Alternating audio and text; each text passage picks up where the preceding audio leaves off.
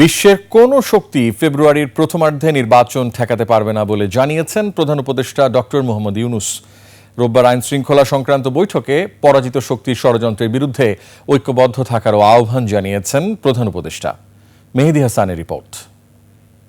ওয়ালটন এখন দেশের সীমানা পেরিয়ে পৌঁছে গিয়েছে 50টিরও বেশি দেশে। ওয়ালটন, ঘরে ঘরে বিশ্বজুড়ে। দেশের সার্বিক আইন শৃঙ্খলা পরিস্থিতি পর্যালোচনায় সংশ্লিষ্ট সবাইকে নিয়ে রাষ্ট্রীয় অতিথি ভবন যমুনায় প্রধান উপদেষ্টার এই বৈঠক। আলোচনা হয় পরাজিত আওয়ামী লীগের ঝটিকা মিছিলের নামে হঠাৎ সরব হওয়া, রাজবাড়ীতে কথিত তৌহিদি জনতার নুরা পাগলার লাশ উত্তোলন করে পুড়িয়ে দেওয়া, ডাকসুর নির্বাচন, দুর্গাপূজা সহ সাম্প্রতিক ঘটনা প্রবাহ নিয়ে। বৈঠক শেষে ব্রিফিংয়ে প্রেস সচিব শফিকুল আলম জানান, নির্বাচন যত এগিয়ে আসবে পরাজিত শক্তি তত বেশি সক্রিয় হবে।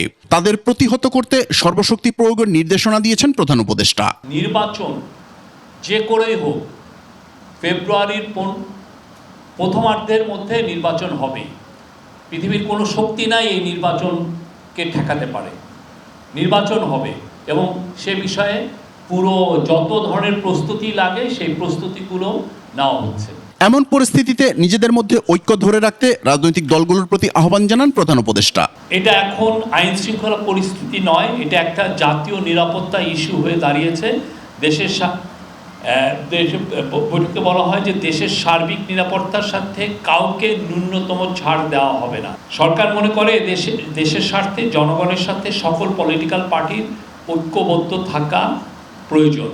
রাজবাড়ীর ঘটনায় অপরাধীদের গ্রেপ্তার চলছে বলেও জানান প্রেস সচিব। স্থানীয় পর্যায়ে তাদের সাথে বারবার মিটিং করা হচ্ছে। তারা প্রেস ক্লাবে যে ওনারা তাদের কমিটমেন্টেরও কথা বলেছেন যে তারা তাদের যে বিক্ষোভ এটা শান্তিপূর্ণ রাখবে।